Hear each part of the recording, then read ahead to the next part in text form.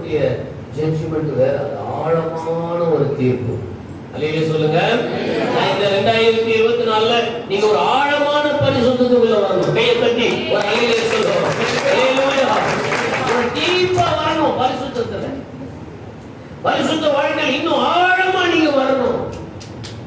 இன்னும் அநேக காரியங்கள் நமக்கு விளங்காதவைகள் நிறைய இருக்கு, தெரியாதவைகள் நமக்கு நிறைய இருக்கு, புரியாதவைகள் நமக்கு நிறைய இருக்கு.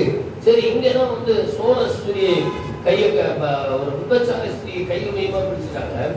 ஆண்டவர் சொல்றாரு, என்ன சொல்றாரு, நீ போய் ஓசியா தீர்க்கதரிசி பார்த்து சொல்ற, நீ போய் ஒரு விபச்சார ஸ்திரியை கல்யாணம் பண்ணிக்கோ. எனவே சோரஸ்திரியை விவாகம் பண்ணு. அவர் போய் கல்யாணம் பண்ணிட்டார். எப்படி அது யாருன்னா ஒத்துக்குவாங்களா? ஒரு சோரஸ்திரியை போய் கல்யாணம் பண்ணி யாராவது ஒத்துக்குவாங்களா? அதுதான் ஆழமான ஒரு பரிசுத்த வாழ்க்கை நமக்கு தேவை. ஒரு டீப்பான ஒரு சிந்தனை நமக்கு வேணும்.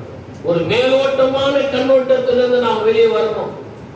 ஒரு ஆழமான சிந்தனைக்குள்ள, ஆழமான ஒரு பரிசுத்தத்துக்குள்ள நாம கடந்து போகணும். அதுதான் பேதுருவை பார்த்து ஆண்டவர் சொன்னார், ஆழத்துக்கு போ.